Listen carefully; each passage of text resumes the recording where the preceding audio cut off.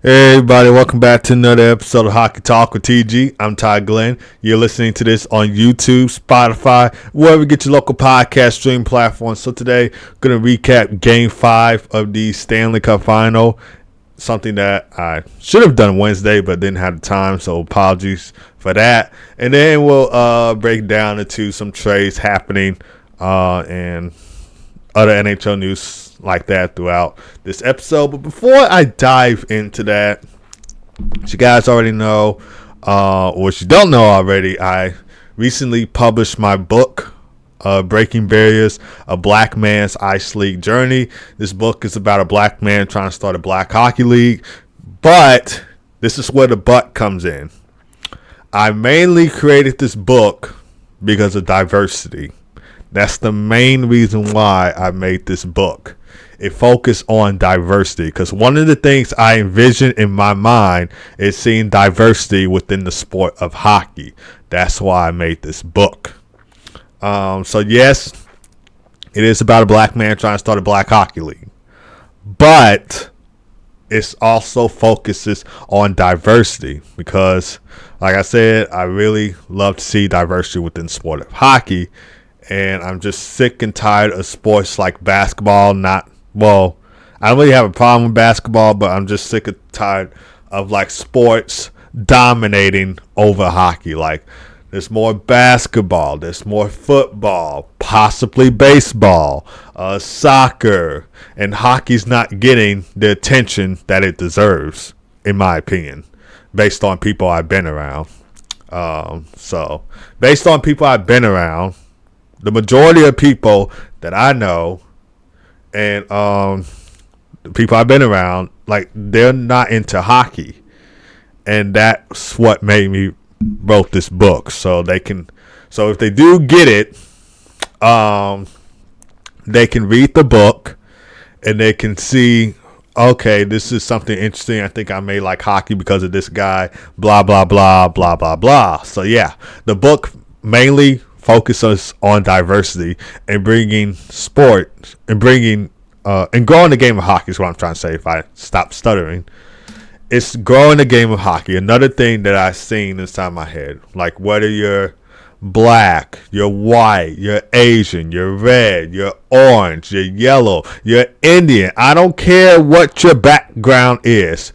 I don't care what your race is, your religion, your gender, your age. I don't care. I just want to see more people playing hockey. And that's what this book focuses on. The book is on Amazon and you can get it to read for yourself. And hopefully you guys like it. Hopefully, if you do like it, that's great. But I hope to not offend some of you by being racist in the book. Well, the book is not racist. It's not racist, but it's more about diversity and growing the game of hockey. It's not really on about racist stuff. But anyway, grab your copy of the book. It's on Amazon. If you're watching this on YouTube, I will put the link in the description below, and you can read it. And you can click the link and purchase your copy today. And I'll also say it again at the end of this episode, so stay tuned for that. And also, before we dive in, I know I'm getting a little bit off topic, but I want to give a shout out to the Boston Celtics on winning their 18th title in the NBA Finals Monday night. 16 years later, on the same day, they won the title. So June 17, 2008, they won their 17th title. June 17, 2024, they won their 18th title. So I just want to give a huge shout out to them in the city of Boston.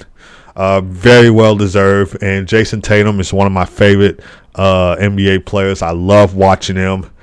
Huge fan of his game. So just to give a shout out to Jason Tatum right there. And yeah, I mean, I thought the Stanley Cup Finals was going to turn out like the NBA Finals did, but it's not. But yeah, that's all I wanted to say. Now, let's get right into it. So the Edmonton Oilers, they hold on for the Game 5 win over the Florida Panthers, and they force a Game 6, which will be on Friday, June 21st at 7 o'clock p.m. Central Time on ABC and Sportsnet. It'll come on at 6 o'clock p.m. in Edmonton. If you're living in Edmonton, it will come on at 6 o'clock p.m. But if you're somewhere in the Central, it'll come on at 7 o'clock p.m. Central Time. If you live up east, it'll come on at 8 o'clock p.m. Eastern Time. If you're out west, it should come on at 5 o'clock p.m. Western Time. So, yeah. And Connor McDavid, he had a 4-point night once again, this time notching 2 goals and 2 assists. And he is the first NHL player in history to have a back-to-back 4-point game in the Stanley Cup Final. So what he's doing so far is really unreal. And the Oilers, the special teams really played a role in this Game 5 victory. They were 2 for 5 on the power play, plus getting a shorthanded goal in the first period from Connor Brown. And despite the win, the Panthers had hit them 44-16, and they outshot them 32-24. And yeah, and what I noticed from the Panthers is it seems like some of the shots they were trying to get on net were going into the midsection of Stuart Skinner. And what I mean by that is, like, say you have the puck and you're near the blue line, you're trying to let it go from the blue line, and the puck hits Stuart Skinner's jersey and he gobbles it up, covering up with the blocker and glove. So that's what I mean. So the Panthers really weren't taking any high shots. They were just trying to go low, almost 5-hole fencing, going into the midsection. That's what I kind of noticed from the Panthers. But the pressure is still on the Oilers, and I heard Corey Schneider said this on NHL Network. He said the pressure is still on the Oilers, and I 100% agree with that statement, because you're still down in the series, and you're trying to put up a fight, force a Game 7, which if we do get a Game 7, that'll be on June 24th, if it does happen to go to a Game 7. So the pressure is not on the Panthers. It is still on the Oilers. They're still down in the series, and they need to win Game 6 in order to force a Game 7. And with the way that they've been playing in Games 4 and Game 5, they can bring that same style game heading back into Alberta today, 7 o'clock p.m. Central Time, when the puck drops. And I know Rogers Place is going to be electrifying. And the roof is going to come off. And the Oilers, they'll have that home crowd on the side. They'll have a chance to force the Game 7. It may seem like the pressure is on the Panthers. Some of you might say the pressure is on the Panthers. You're wrong.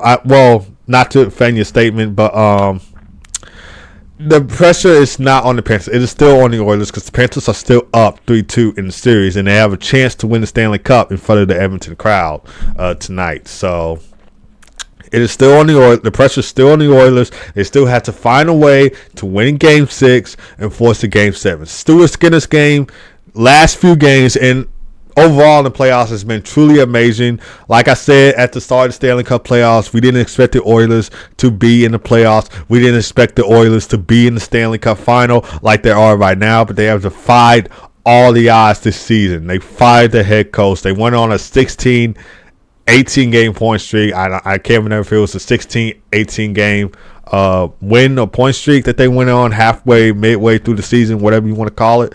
And then, boom, here they are in the playoffs. They finished second place in the division this year, like they did last year in the 2023 Stanley Cup playoffs. So the pressure is still on the Oilers to win this game. And I'm not an NHL player, so I can't really say too much. But I can just say what I saw from the last 2 games and overall so far heading into the Stanley Cup playoffs. So that's all I can say. And the Oilers, fun fact, they became the 4th team in NHL history to force the Game 6 in the Stanley Cup final after trailing 3-0. The Devils did it in 2012. Red Wings did it in 1945. And the Maple Leafs did it in 1942. So here goes the Edmonton Oilers. But the Leafs were the only team to come back down from 3-0 and win the Stanley Cup. Can the Oilers do the same? My mind says no, but part of me kind of regrets that. because of the way that I've been saying, okay, Oilers might have it. I mean, not the Oilers. The Panthers might have a chance to close it out at home in front of the home crowd. Something like wanted me to say, like, hey, the Panthers will do it. It's going to be just like the NBA Finals, just like the Boston Celtics closed it out at home against the Dallas Mavericks in Game 5 of the NBA Finals on Monday. Heading into Game 5 on, I think that was Wednesday heading into Game 5. So, yeah, Wednesday heading into Game 5 or maybe Tuesday. I'm not sure. I think it was Tuesday. I believe the Panthers could do the same, but they couldn't. So, yeah, it's not turning out like the NBA Finals. I wish it did, because that would have been really cool to see. But it's heading back to Alberta for Game 6. And the Panthers will have the chance to win the Stanley Cup in front of the Edmonton crowd. Nobody has ever won the Stanley Cup in Edmonton. I wouldn't really count 2020 as winning the Stanley Cup, even though that the 2020 Stanley Cup final was played at Rogers Place in Edmonton. I really wouldn't count that because everything was so weird then.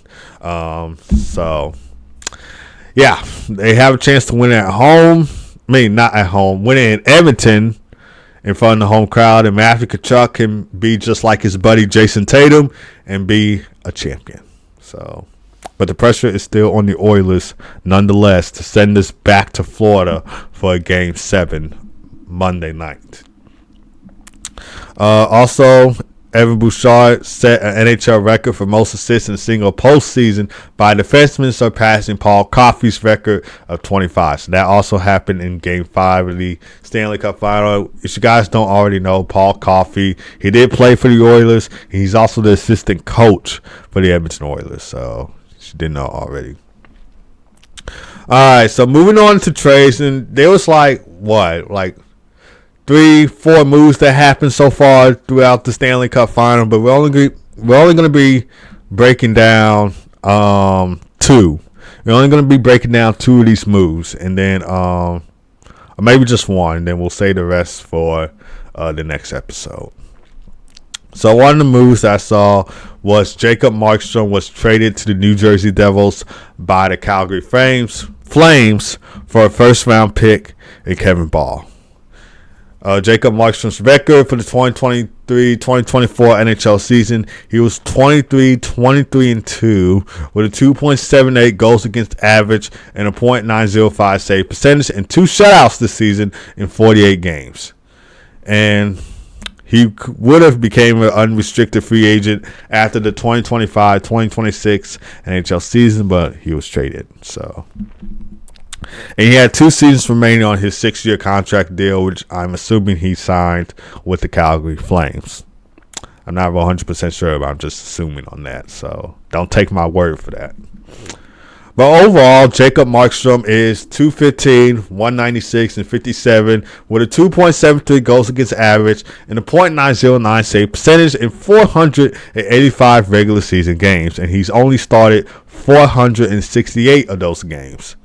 And he's played for the Florida Panthers. He was actually drafted by the Florida Panthers, if you didn't know that. He's played with the Vancouver Canucks, the most notable team I remember him playing for. I didn't know he played for the Panthers, and I didn't know he was drafted by the Panthers until I looked it up. And, of course, he's also played for the Calgary Flames. In the playoffs, in his career, he is 13-13 with a 2.90 goals against average and a .911 save percentage.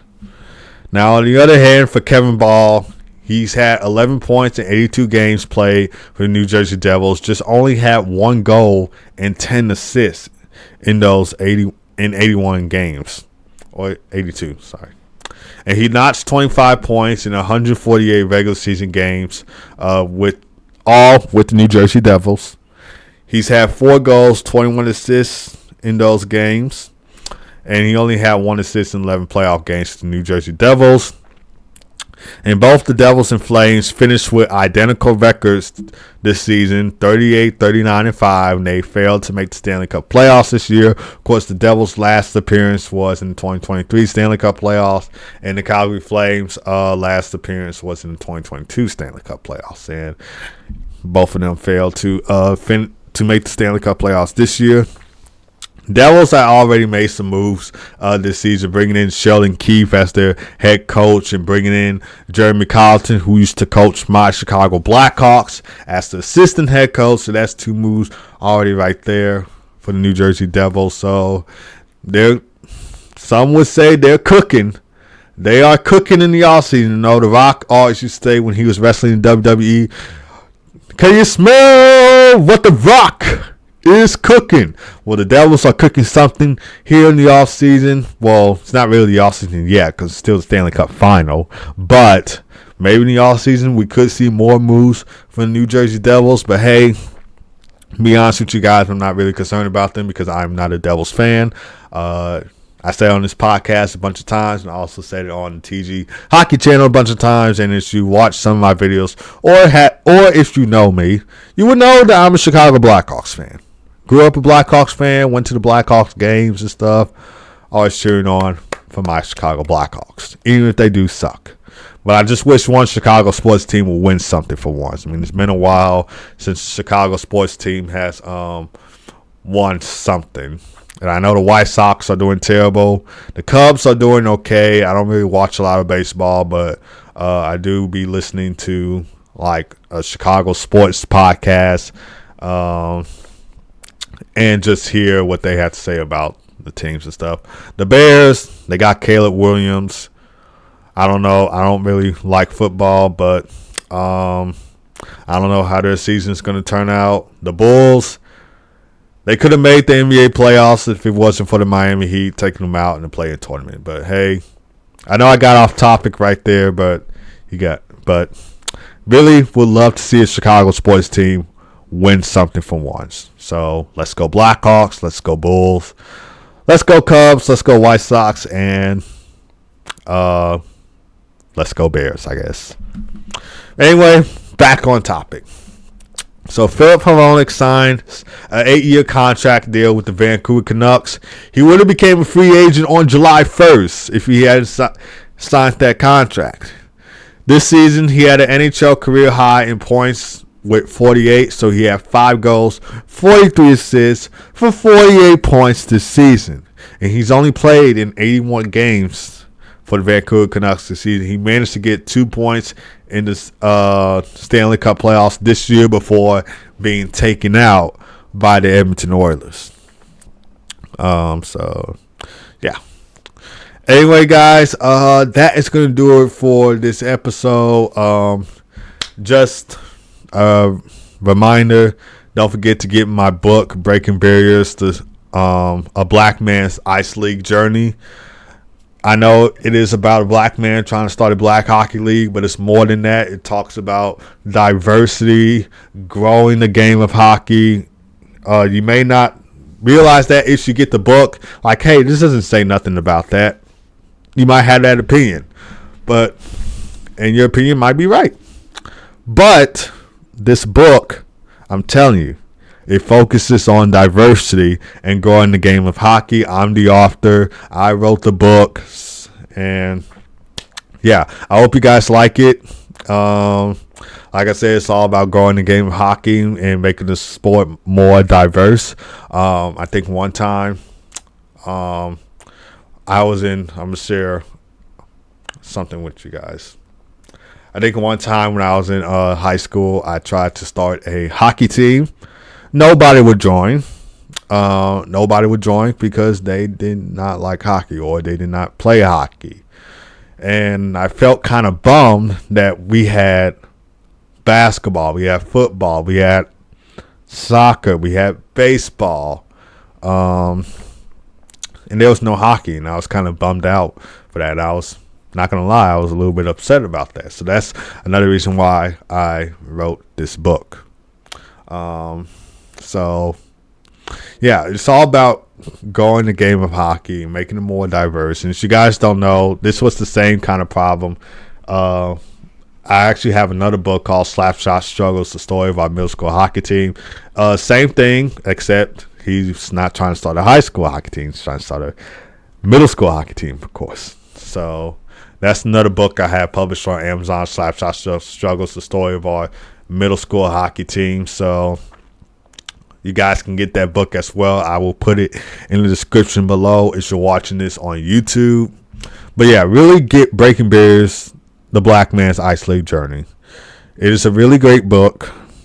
Talks about diversity, growing the game of hockey, and getting more people interested in hockey, because that's something that I always wanted to see. That's something I envision in my head, getting more people into hockey, getting more people into playing hockey, getting people in your local community to try street hockey. I mean, that's what got me into hockey, not only by watching the Blackhawks growing up, but also just from playing roller and street hockey. Like, I played roller hockey, I played street hockey, and eventually I got to ice hockey. So that's my path, and I hope other people that do get this book can be inspired and convinced to try hockey out for the first time.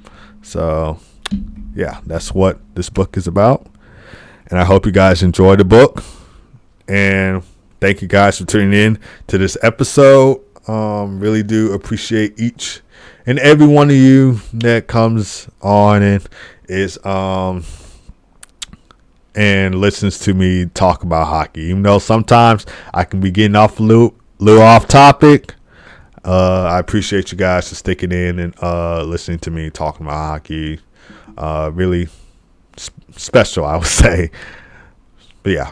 Anyway, I hope you guys have a great rest of your day. God first as always. Always keep God first. Be blessed. Enjoy Game 6 tonight of the Stanley Cup Final. It should be a great one. We'll see if the Panthers can close it out and win the Stanley Cup in front of the Edmonton Oilers crowd, or will the Oilers force a Game 7? The pressure is still on Edmonton nonetheless. So, yeah. And, yeah. Always be blessed. Well, be blessed. Always put God first. And I will see you guys Monday to break down Game 6 of the Stanley Cup Final. We might have a Game 7, though, but we will just have to see. Anyway, hope you guys have a blessed day, and peace.